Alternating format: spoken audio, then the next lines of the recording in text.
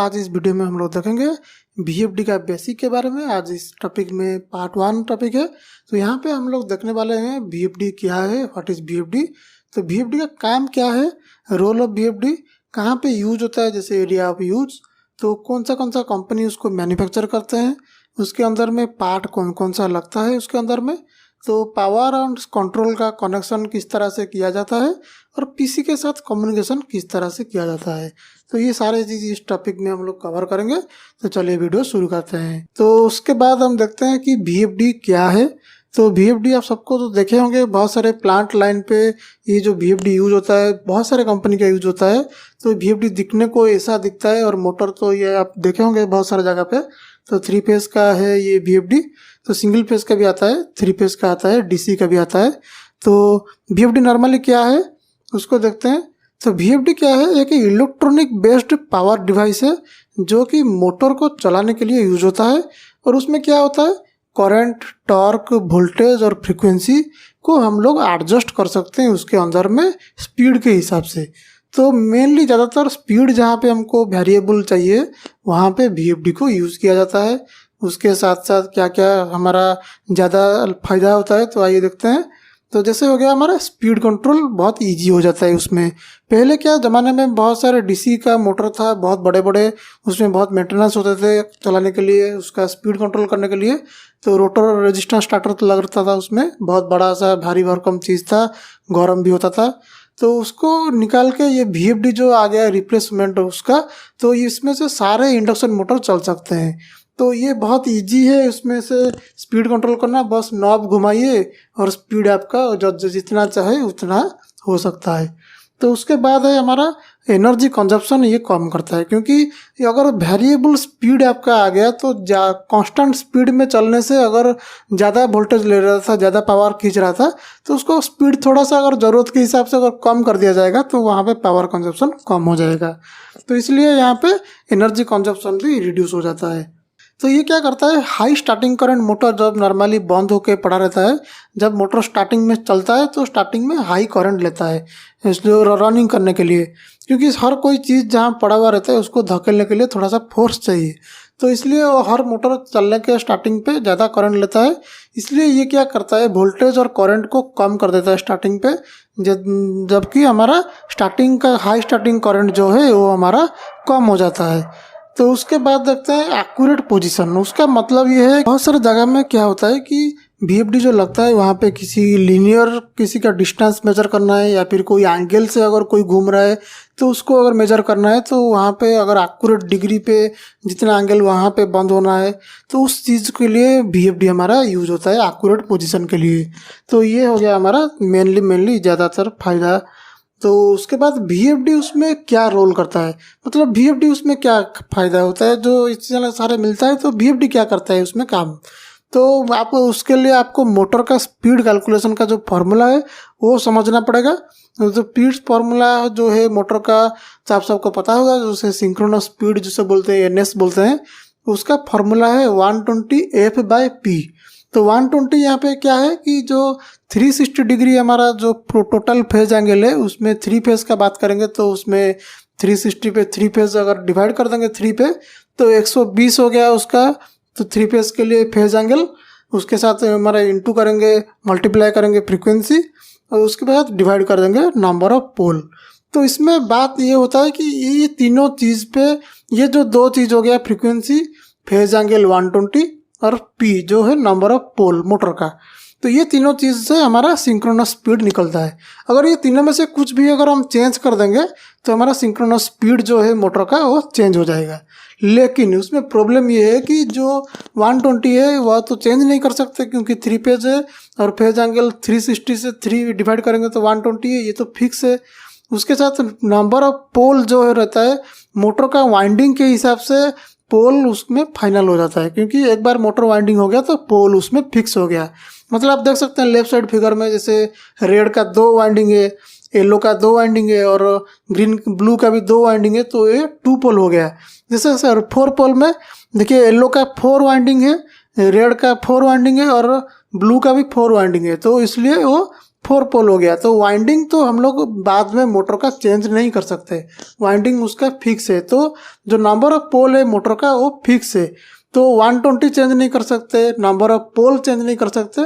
तो बचा हमारा फ्रीक्वेंसी। जो फ्रीक्वेंसी को हम अगर चेंज करेंगे तो हमारा सिंक्रोनस स्पीड जो है वो हमारा चेंज होता रहेगा।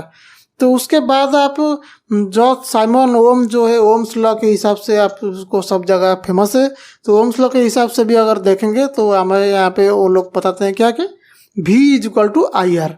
तो आई जो हो गया हमारा करंट, तो करंट के हिसाब से अगर देखा जाए तो क्योंकि हमको करंट भी कम करना है स्टार्टिंग पे, तो करंट अगर कम करना है तो इसको वोल्टेज भी हमको कम करना पड़ेगा। तो वोल्टेज रेजिस्टेंस जो है उसको कम नहीं कर सकते, क्योंकि रेजिस्टेंस जो है वो मोटर का वाइंडिंग का रेजिस्टेंस है। तो वाइंडिंग का रेजिस्टेंस तो हम लोग कम नहीं कर सकते, क्योंकि मोटर का जो रेजिस्टेंस है वो तो फिक्स पड़ा होगा, तो उसको चेंज भी नहीं कर सकते बीच में। तो वोल्टेज यहाँ पे चेंज कर सकते हैं, ऊपर वाले में फ्रीक्वेंसी चेंज कर सकते हैं। और जो फार्मूला आप भी देखे होंगे पावर का फार्मूला, जो कि 3 फेस का पावर का फार्मूला है √3 VI cos phi। तो वहाँ पे V हो गया हमारा वोल्टेज, I हो गया करंट। तो अगर स्टार्टिंग का करंट कम करना है, वोल्टेज कम करने से P जो पावर है वो भी कम होगा। तो हमको पावर भी कंजप्शन कम करना है, तो P इज इक्वल टू तो वोल्टेज और करंट ये भी कम होगा, तब जाके हमारा पावर कम होगा। तो इसीलिए हमको क्या क्या चेंज करना पड़ेगा, फ्रीक्वेंसी चेंज कर सकते हैं, उसके साथ साथ वोल्टेज चेंज कर सकते हैं। तो इसीलिए VFD को बोला जाता है VBVF, मतलब variable voltage variable frequency drive. तो ये इसको इसलिए VBVF बोलते हैं। तो इसमें VFD का रोल क्या हुआ, तो VFD कंट्रोल करता है क्या, एडजस्टमेंट करता है वोल्टेज और फ्रीक्वेंसी को हमारा स्पीड के रिक्वायरमेंट के हिसाब से वोल्टेज और फ्रीक्वेंसी को एडजस्टमेंट करके मोटर को चलाता है। तो ये हो गया VFD का मेन काम मोटर चलाने के लिए। तो उसके बाद देख लेते हैं कि ये जो VFD है ये यूज कहाँ कहाँ होता है। तो आप लोग जब इंडस्ट्री में घुस गएंगे तब तो आपको मिल जाएगा बहुत सारे जगह पे VFD यूज़ करता रहा। तो नया लोगों के लिए ये जो देखना चाहिए कि VFD हमारा कहाँ कहाँ किस किस जगह पे यूज होता है। तो फूड से लेकर मेराइन तक ये सारे चीज़ों में हमारा VFD यूज होता है।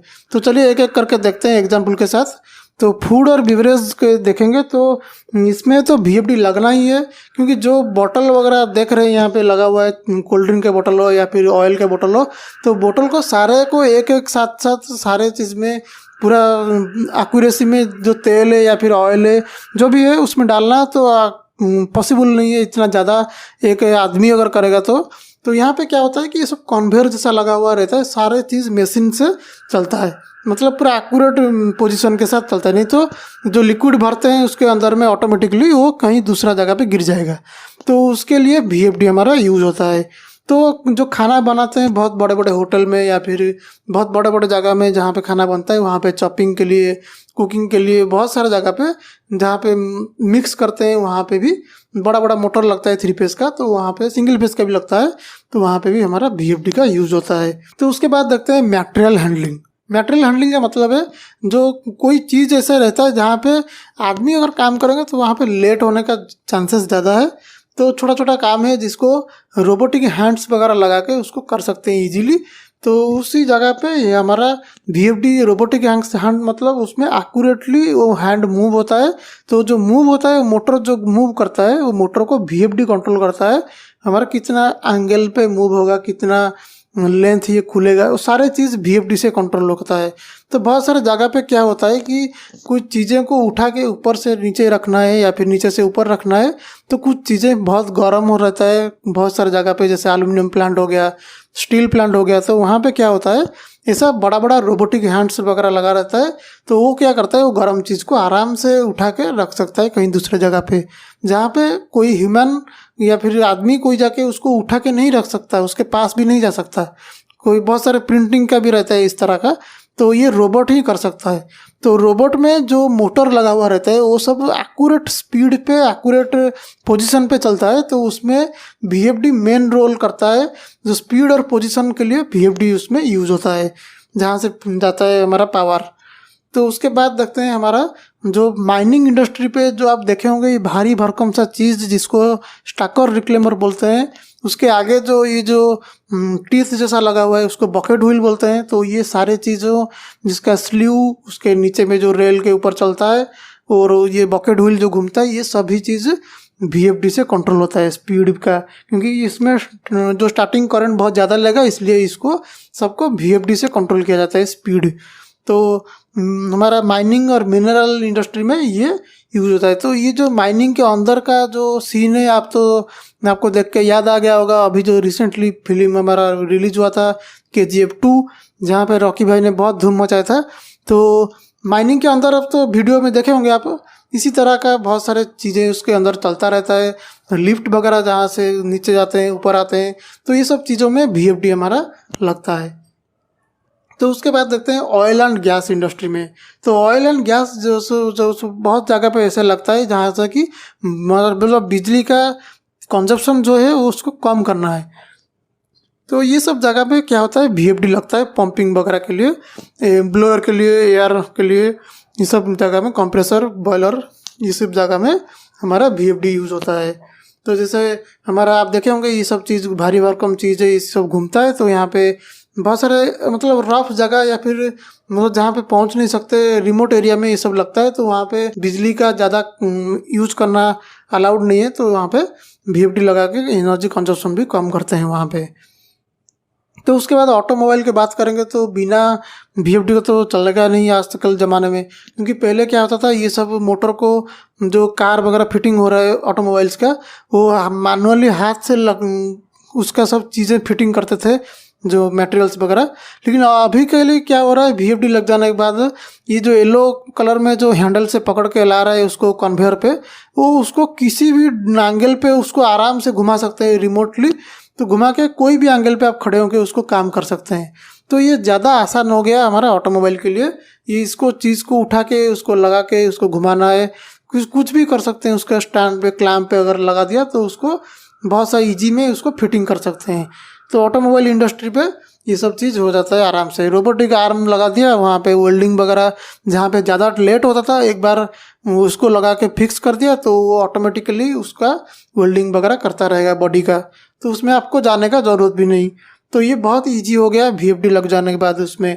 तो उसके बाद देखते हैं केमिकल इंडस्ट्री जो है, जहाँ पे पास पे नहीं आ सकते, धुआं वगैरह घूमता है, तो बहुत सारे एसिड की फ्यूम निकलता है, वहाँ पे भी हमारा VFD लगता है, जहाँ की मोटर को घुमाता है, स्पीड कंट्रोल करता है। कभी कभी उसका एक्यूरेसी भी ज़रूरत तो पड़ता है वहाँ पे, तो उस जगह पे भी हमारा VFD लगता है। जैसे हमारा केमिकल इंडस्ट्री हो गए, बोतल वगैरह अगर किसी को भरना है तो वो सारे चीज़ हमारा कन्वेयर पे चलता है, तो कन्वेयर का स्पीड एक्यूरेसी होना चाहिए, तो वहाँ पे ये सब चीज़ में VFD यूज होता है।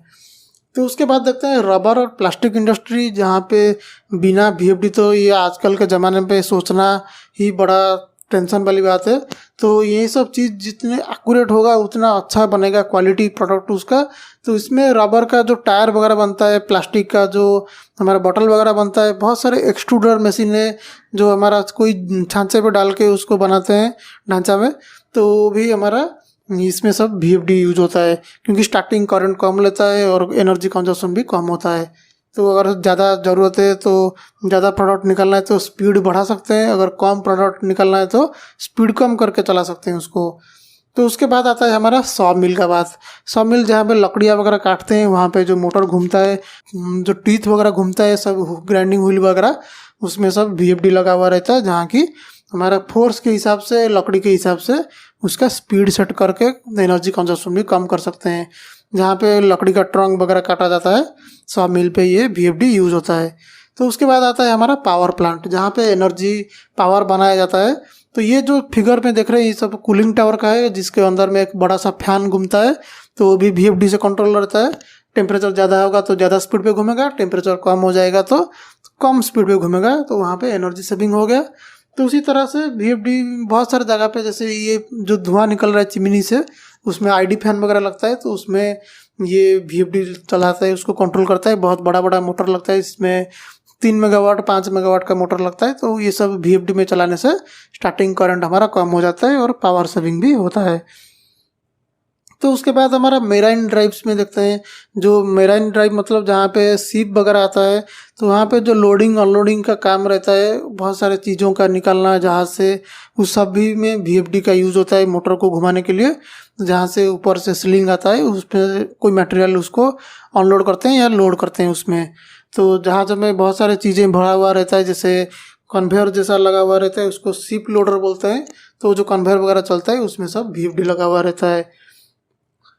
तो उसके बाद अगर बात करेंगे लिफ्टिंग और शिफ्टिंग का, अगर 1 किलो से लेके 400 टन नॉर्मली यूज होता है, 500 टन 1000 टन तक चीज़ें जो कोई ह्यूमन उठाने का कभी सोच भी नहीं पाएगा, तो उसी जगह पे क्रेन हमारा मदद करता है। 400 टन 500 टन का आप देखे होंगे SMS में, स्टील इंडस्ट्री में, वो कितना गर्म वाला चीज़ को, लाडल को आराम से उठा के ले जाता है। तो वहाँ पे सब VFD से कंट्रोल होता है, क्योंकि वहाँ पे स्पीड कंट्रोल बहुत सारे चाहिए, क्योंकि जो स्टार्टिंग पे और एंडिंग पे जहाँ पे रखता है या फिर जहाँ जब उठाता है तो पूरा आराम से स्मूथ होना चाहिए। अगर हिल जाएगा तो वो जो लाडल पे गर्मी का जो गर्म लोहा रहता है वो इधर उधर गिर जाएगा। तो उसमें ये सब चीज़ लगा हुआ रहता है। तो अब लिफ्ट का तो 1-2 मंजिला से ऊपर जाने के लिए आपको लिफ्ट अगर नहीं है तो आप जाना भी पसंद नहीं करेंगे। तो लिफ्ट में आप जब जा रहे होंगे तो आपको महसूस होता होगा जब लास्ट में रहता है या फिर जब स्टार्ट होता है तो कितना स्मूथली वो स्टार्ट होता है और कितना स्मूथली बंद होता है। तो ये सारी चीज़ VFD के वजह से ही होता है। अगर वहाँ पे VFD निकाल के ड्यूल स्टार्टर लगा देंगे तो वो क्या करेगा, मोटर को तो घुमा देगा, लेकिन जो स्टार्टिंग पे और एंडिंग पे आपको झटका लगेगा और आप गिर सकते हैं। तो इसी वजह से उसको स्मूथ करने के लिए वहाँ पे VFD हमारा लगा दिया जाता है। तो जैसे शॉपिंग मॉल वगैरह में या फिल्म हॉल वगैरह में, स्टेशन में आप देखेंगे एक्सकालेटर लगा हुआ रहता है, तो वहाँ पे भी VFD से ये कंट्रोल होता रहता है स्पीड उसका, और स्टार्टिंग करंट वगैरह कम रहता है, एनर्जी कंजप्शन भी कम होता रहता है। तो इसी तरह से ये सब चीज़ें यूज होता है। तो एग्रीकल्चर सेक्टर को किस तरह से छोड़ देंगे, अगर सारे चीज़ों को देख रहे हैं तो एग्रीकल्चर को भी देखना पड़ेगा VFD लगाने के। तो अभी तो आपको देखे होंगे गाँव में वगैरह में सब जगह सोलर का पंप लगा हुआ रहता है, जहाँ पे सोलर का VFD लगा रहता है। मतलब कम एनर्जी कंजप्शन पे कैसे हमारा मोटर पंप चलेगा, वो बड़ा बड़ा टंकी वगैरह लगा हुआ रहता है। गाँव पे आप देखे होंगे अभी गवर्नमेंट की तरफ से मिल रहा है, तो वहाँ पे VFD लगा के एनर्जी कंजप्शन होता है, उसको एनर्जी को एक्चुअल यूज़ में यूज़ करके ज़्यादा एनर्जी यहाँ पे खपत नहीं होता है सोलर के सिस्टम पे। तो उसको छोड़ के जो हमारा बड़ा बड़ा खेती करते हैं, तो वहाँ पे जो हमारा मेडिसिन, पेस्टिसाइड्स, पानी वगैरह सब स्प्रे करते हैं, वहाँ पे पंप वगैरह में भी हमारा VFD यूज होता है, जो कि ज़्यादा हमारा कंजप्शन एरिया है, पंप वगैरह हो गया। तो मार्केट में कौन सा कंपनी उसको बनाता है ये देखते हैं। तो कौन सा कंपनी आपको मिलता है मार्केट पे। तो यहाँ पे तो बहुत सारे कंपनीज है जो बनाते हैं, लेकिन हमने यहाँ पे कुछ चुनिंदा नॉर्मल VFD का कंपनी का नाम यहाँ पे लेकर आए हैं आपके लिए। तो आप देख सकते हैं यहाँ पे डैनफस का, ग्रुनफस, वागो, यास्कावा, जी, Toshiba, Fuji, QMA, Siemens, Allen Bradley, Schneider, Honeywell, L&T, Emerson, ABB, Delta, सिलेक्स, CG, ये सब कंपनियां जो पॉपुलर कंपनी है ये सब VFD बनाते हैं। उसको छोड़ के सैकड़ों कंपनियां हैं जिसका नाम भी आप याद भी नहीं रख सकते, बहुत सारे चाइना का आता है तो आप उसके बोल भी नहीं सकते उसमें क्या लिखा हुआ रहता है। तो ऐसे बहुत सारे कंपनी उसको बनाता है VFD, जो वेरिएबल फ्रीक्वेंसी ड्राइव, ये सब चीज़ बनाते हैं ये लोग। सबसे इसमें फेमस है, सबसे ज़्यादा यूज होने वाला सीमेंस और ABB, जो कि सबसे ज़्यादा यूज होता है मोस्ट कॉमनली। तो उसके बाद देखते हैं हमारा VFD के अंदर में क्या हुआ रहता है। तो VFD का तो बात इतने सुन गए, पता चल गया कहाँ कहाँ यूज होता है। तो अंदर में क्या है एक बार देखते हैं। तो उसके अंदर में इसी तरह का डिज़ाइन रहता है जो मोटर से कनेक्टेड हुआ रहता है। तो इनपुट सप्लाई उसको दिया जाता है 3 फेज का, सिंगल फेज का भी है छोटा वाला। नॉर्मली हमारा 3 फेज का बात करेंगे तो 3 फेज सप्लाई उसमें दिया जाता है। तो जब 3 फेज सप्लाई देते हैं तो यहाँ पे देख सकते हैं इनपुट का वोल्टेज जो आ रहा है वो कितना जैसे जा रहा है, जिसको फ्रीक्वेंसी ज़्यादा है 50 हर्ट्ज फ्रीक्वेंसी है। तो उसके बाद जब आउटपुट का देखेंगे, आउटपुट जो निकलता है आप देखेंगे यहाँ पे जो वेव फॉर्म जा रहा है वो ज़्यादा चौड़ा हो रहा है, मतलब फ्रीक्वेंसी उसका कम हो गया है। तो इसी तरह से उसके अंदर का जो पार्ट है उसका SLD डायग्राम यहाँ पे बनाया हुआ है। तो ये अंदर का पार्ट से जहाँ पे AC से DC बनता है, डीसी के बाद कैपेसिटर रजिस्टर वगैरह लगा हुआ रहता है, उसके बाद फिर एसी बन के बाहर जाता है, उसके हम अगले स्लाइड में देखेंगे। तो इसी तरह से हमारा VFD का अंदर वाला पार्ट है। तो ये पे उसको SLD को थोड़ा ज़्यादा क्लियर बता रहेंगे हम आपको। तो उसके अंदर 3 पार्ट रहता है, मतलब एक रेक्टिफायर जहाँ से AC 3 फेज जो इनपुट आया उसको DC करके बाहर देता है। तो फिल्टर यूनिट लगता है जो कि DC वोल्टेज पे लगा हुआ है, जो पॉजिटिव नेगेटिव DC का निकला है उसको फिल्टरिंग करने के लिए। उसके बाद इन्वर्टर सर्किट रहता है जो कि ये जो DC बना, DC में फ्रीक्वेंसी आपका 0 हो गया, तो वहाँ से आपको जितना फ्रीक्वेंसी चाहिए वो 0 से बढ़ा के आपको IGBT के थ्रू वो आपको आगे देगा, जो जिसको इन्वर्टर बोलते हैं। तो देखते हैं यहाँ पे, तो रेक्टिफायर के लिए क्या यूज़ होता है, नॉर्मली हमारा थायरिस्टर यूज़ होता है, क्योंकि थायरिस्टर के जगह पे आप IGBT भी लगा सकते हैं, लेकिन IGBT ज़्यादा कॉस्टली है, इसलिए यहाँ पे थायरिस्टर लगा हुआ रहता है जो कि इतना कॉस्टली नहीं होता है। तो उसके बाद जो फिल्टर यूनिट है, फिल्टर यूनिट पे हमारा कैपेसिटर हम लोग लगा देते हैं, बड़ा वाला कैपेसिटर आप देख सकते हैं यहाँ पे 22,000 MFD का है। तो बहुत बड़ा बड़ा कैपेसिटर लगता है जो कि एनर्जी स्टोर करता है DC वोल्टेज को। तो उसके बाद जो हमारा इन्वर्टर सेक्शन है वहाँ पे हमारा IGBT लगता है। तो ये जो IGBT है इसको हम लोग रेक्टिफायर पे लगा सकते हैं, लेकिन ये ज़्यादा कॉस्टली होने के कारण से इसको इन्वर्टर पे ही यूज़ होता है। तो ज़्यादा बड़ा वाला जो इन्वर्टर सर्किट आता है उसमें भी यहाँ पर लगा हुआ रहता है, रेक्टिफायर में IGBT और इन्वर्टर पे भी IGBT लगा हुआ रहता है, जिसका कॉस्ट थोड़ा ज़्यादा है। तो ये जो इन्वर्टर सेक्शन यहाँ से 3 फेज निकल के मोटर पे हमारा जाता है। उसके बाद पावर कनेक्शन देखते हैं VFD का किस तरह से होता है। तो ये जो VFD है और मोटर है उसके अंदर में पावर कनेक्शन आपका देखेंगे। ये तो मोटर को जो आता है 3 फेज पावर वो VFD से आता है। तो VFD को एक इनपुट 3 फेज सप्लाई चाहिए, अगर सिंगल फेज का होगा तो सिंगल फेज इनपुट, 3 फेज का होगा तो 3 फेज का इनपुट। तो यहाँ पे जैसे इनपुट आया उसी तरह से आउटपुट भी निकल के जाके मोटर पे लगता है, मोटर का टर्मिनल बॉक्स में 3 फेज का। तो उसके बाद 3 फेज के देने के बाद आपको ऑप्शनल रहता है उसको कंट्रोल सप्लाई जो रहता है VFD का ऑन ऑफ करने के लिए या फिर फीडबैक के लिए, उसको 24 वोल्ट भी दे सकते हैं। उसका एक ऑप्शनल रहता है, अगर 3 फेज दे रहे यूज़ कर रहे हैं वहाँ से यूज़ कर सकते हैं, नहीं तो बाहर से भी उसको एक्सटर्नली दे सकते हैं 24 वोल्ट। इसी तरह से अगर मोटर का स्पीड अगर आपको मापना है तो वहाँ पे मोटर पे एनकोडर लगा दिया जाता है, जो कि उसके साथ कपलिंग होगा रहता है उसके शाफ्ट के साथ। तो एनकोडर जब घूमता है तो वहाँ से स्पीड का फीडबैक दे देता है हमारा VFD को। तो एनकोडर का फीडबैक आ जाने से पता चलता है कि मोटर हमारा कितना स्पीड पे घूमता है। उसके बाद देखते हैं कंट्रोल यूनिट क्या होता है। पावर यूनिट जैसे देख लिए, पावर उसमें यूज होता है। तो उसके बाद कंट्रोल कैसे होता है, तो सीमेंस का अगर बात करेंगे जो कि पॉपुलर ड्राइव है, सबसे अच्छा, सबसे ज़्यादा लॉन्जिविटी ड्राइव है सीमेंस का। तो सीमेंस का ये कंट्रोल यूनिट है, कंट्रोल कार्ड बोलते हैं इसको। इसी तरह से ABB का भी यहाँ पे दिखा रहा हूँ, 2 VFD का आपको दिखा देता हूँ किस तरह से इसका अंदर पे केबल वगैरह लगाने के लिए जगह दिया हुआ है। तो इसके बाद हम देखते हैं IO टर्मिनल्स। तो जहाँ पे हमारा IO इनपुट आउटपुट का केबल लगता है ये है ये जगह। तो लेफ्ट साइड में जो सीमेंस का दिखा हुआ है यहाँ पे जो टीवी दिख रहा है आपको टर्मिनल ब्लॉक, वहाँ पे लगता है हमारा इनपुट आउटपुट का सारे केबल्स। तो इसे ABB का भी जो दिया हुआ है राइट साइड पे, वहाँ पे जो टीवी दिखा रहा है वहाँ पे भी हमारा इनपुट आउटपुट के टर्मिनल्स केबल वगैरह लगते हैं। तो उसके बाद देखते हैं हमारा जो कंट्रोल पैनल डिस्प्ले। तो सीमेंस का इसी तरह से एक रिबन केबल लगा के हमारा जो डिस्प्ले लगा हुआ रहता है। ABB का भी सेम सिस्टम है, वहाँ पे आके ये सभी VFD का इसी तरह से रहता है, हमारा डिस्प्ले उसके ऊपर लगता है कंट्रोल कार्ड के साथ। तो ये सीमेंस का इस तरह से हो गया, ये ABB का इस तरह से हो गया। सबका सेम सिस्टम है, लेकिन डिज़ाइन किसी किसी का अलग अलग वेरी करता है।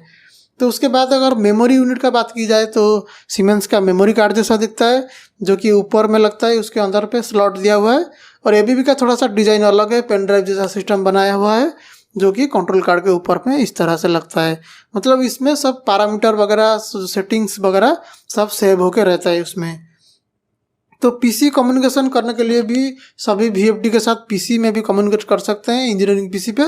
तो यहाँ पे सीमेंस ड्राइव में यहाँ पे होल दिया हुआ है, जहाँ पे जो दिख रहा है स्क्वायर साइज़ का, उसके अंदर मिनी USB लगाने के लिए जगह दिया है, जहाँ पे कि हमारा ABB का डिस्प्ले पे भी लगा सकते हैं, उसमें डिस्प्ले पे जगह दिया है लगाने के लिए।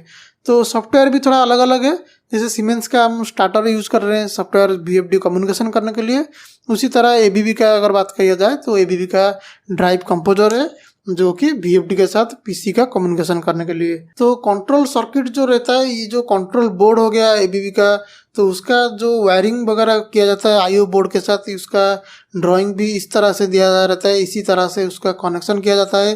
तो आप देख सकते हैं जो ब्लू कलर का था वहाँ पे DI वगैरह लिखा हुआ है, DI1 DI2, वो सब उसके ऊपर से जो 24 वोल्ट है वहाँ से आके लूप होके घूम के जाता है DI1 के अंदर, DI2 के अंदर। तो यहाँ पे जैसे लिखा हुआ है DI1 स्टार्ट स्टॉप के लिए, DI2 फॉरवर्ड रिवर्स के लिए, तो वो सारे चीज़ जो कॉन्फ़िगर हुआ है उसको चेंज भी कर सकते हैं हम पैरामीटर में जाके। मतलब ये सारे चीज़ DI में जो असाइन किया गया है वो सबको हम चेंज कर सकते हैं। तो रिले आउटपुट जो RO लिखा हुआ है, RO1C रेडी रन, रनिंग और फॉल्ट के लिए, उसको भी हम लोग कॉन्फ़िगर करके अपने हिसाब से सेटिंग कर सकते हैं। तो इसी तरह से उसका कनेक्शन हुआ रहता है। ये ABB का हो गया। तो इसी तरह से सेम सर्किट है हमारा सीमेंस का, उसका भी थोड़ा अलग है। सभी कंपनी का थोड़ा थोड़ा अलग अलग रहता है, लेकिन बेसिक सबका सेम है। तो ABB जो सीमेंस का हो गया, सीमेंस का भी इसी तरह से उसका DI देखिए, आप देख सकते हैं 24 वोल्ट से आके सभी DI के अंदर घुस रहा है। तो DI का जो काम क्या क्या है, कौन सा DI किसके लिए हम लोग यूज़ करके, उसको भी सेट करने के लिए ऑप्शन दिया हुआ है पैरामीटर पे। तो उसको सेट कर लेंगे तो उसी DI उसी में यूज होगा। तो उसके बाद एनालॉग इनपुट दिया हुआ है, एनालॉग आउटपुट दिया हुआ है। तो ये सब TB के हिसाब से, TB के नंबर के हिसाब से वायरिंग वगैरह हमारा होगा, जो कि अगले वीडियो में हम लोग देखेंगे इसका वायरिंग किस तरह से किया जाता है और डिटेल में देखेंगे। तो नॉर्मली आप समझ लीजिए कि VFD का जो कंट्रोल कार्ड है उसका वायरिंग इसी तरह से होता है। जैसे ABB का हमारा इस तरह से हो गया, तो उसके बाद हमारा जो सीमेंस का इस तरह से हो गया। तो सभी स्नाइडर वगैरह जितने भी ड्राइव है सबका सिस्टम ऐसा ही है, थोड़ा बहुत थोड़ा थोड़ा जगह लेके चेंजेस है। VFD का ये जो पार्ट 1 था अभी कंप्लीट हो रहा है, तो उसके बाद हम पार्ट 2 देखेंगे बाद में नेक्स्ट वीडियो में।